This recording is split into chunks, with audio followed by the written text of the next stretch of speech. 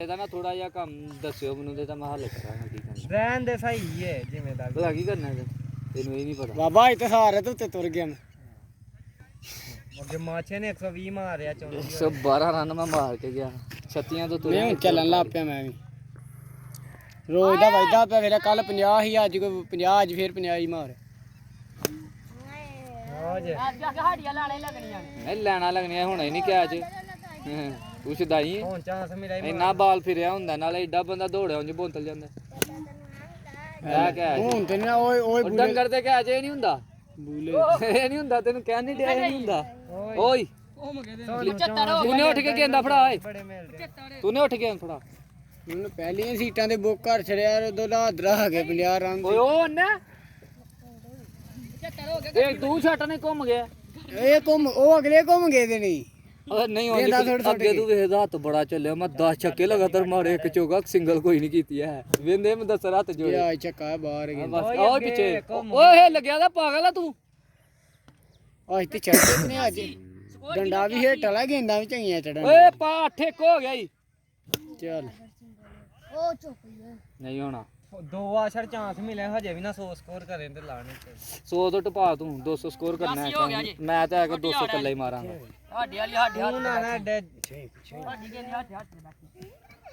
ਉਹ 82 ਹੋ ਗਿਆ ਦੋ ਛੱਕੇ ਲੱਗ ਗਏ ਤੈਨੂੰ ਅੱਗੇ ਗਏ ਨਾ ਛੱਕਾ 1 2 5 ਲੱਗ ਲੈਂਦੀ ਫਿਰ ਵੇਖੀ ਇਹ ਕਹਿ ਜੀ ਆ ਗੇਂਦੀ ਉਰੇ ਰਹਿ ਗਈ ਇਹ ਥੱਲੋਂ ਤਾਂ ਨੂੰ ਖੇਡਦਾ ਉਹ ਐ ਨਹੀਂ ਹੋਣਾ ਵੀ ਚਾਂਸ ਵੇ ਉਹ ਤੇ ਪਿਛਲੇ ਦਾ ਕੈਚ ਉਹ ਘੋੜੇ ਨਹੀਂ ਪਿਆ ਦੋ ਦੋ ਅੱਛਾ ਕਾਲੇ ਦੇ ਵਿੱਚੋਂ ਮੈਂ ਗੁੱਲੀ ਬੜੀ ਮੁਸ਼ਕਲ ਕੱਢੀ ਆਸ਼ਾ ਨੇ ਡੀਲਾ ਮੇ ਗੁੱਲੀ ਵਿੱਚ ਆਈ ਡੀਲਾ ਮੇ ਗੱਲ ਗੁੱਲੀ ਪਤਾ ਯਾਰ ਤੂੰ ਤਾਂ ਸਰ ਹੋ ਜਾ ਰਹਾ ਦੇ ਮੈਂ ਇਧਰ ਕਾਲੇ ਡੀਲਾ ਮੇ ਗੁੱਲੀ ਫਸਾੜੀ ਦੀ ਓਏ 84 ਉਹ ਜਾ ਰਹਾ ਤੇ ਮੈਂ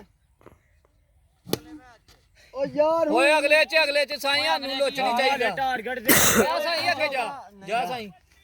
ਝਾੜਾ ਇੰਨੇ ਹਾਣੀ ਜਾ ਸਾਈ ਆਹੋ ਕੱਟੇ ਖੁਰਕ ਅੱਲਾ ਯੋ ਸਾਈ 86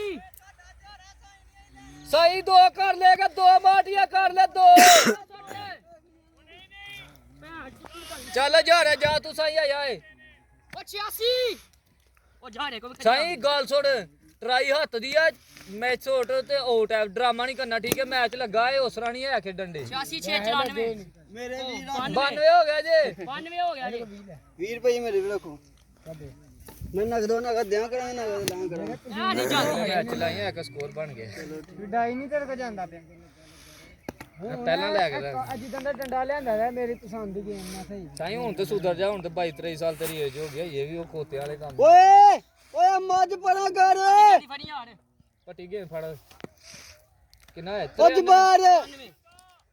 ਅੱਛਾ ਨੂੰ 3 4 ਚਾਂਸ ਮਿਲ ਗਏ ਨੇ ਨਾ ਇਹ ਛਕਾ ਨਹੀਂ ਜਲਦੀ ਜੋ ਗਰਾਊਂਡ ਦੇ ਵਿੱਚ ਤੇ ਮੱਝ ਆ ਗਈ ਗੋਡਿਆਂ ਨਾਲ ਨਹੀਂ ਮੈਂ ਵੇਖ ਬਾਲ ਕੇ ਇੰਜ ਫੜਨਾ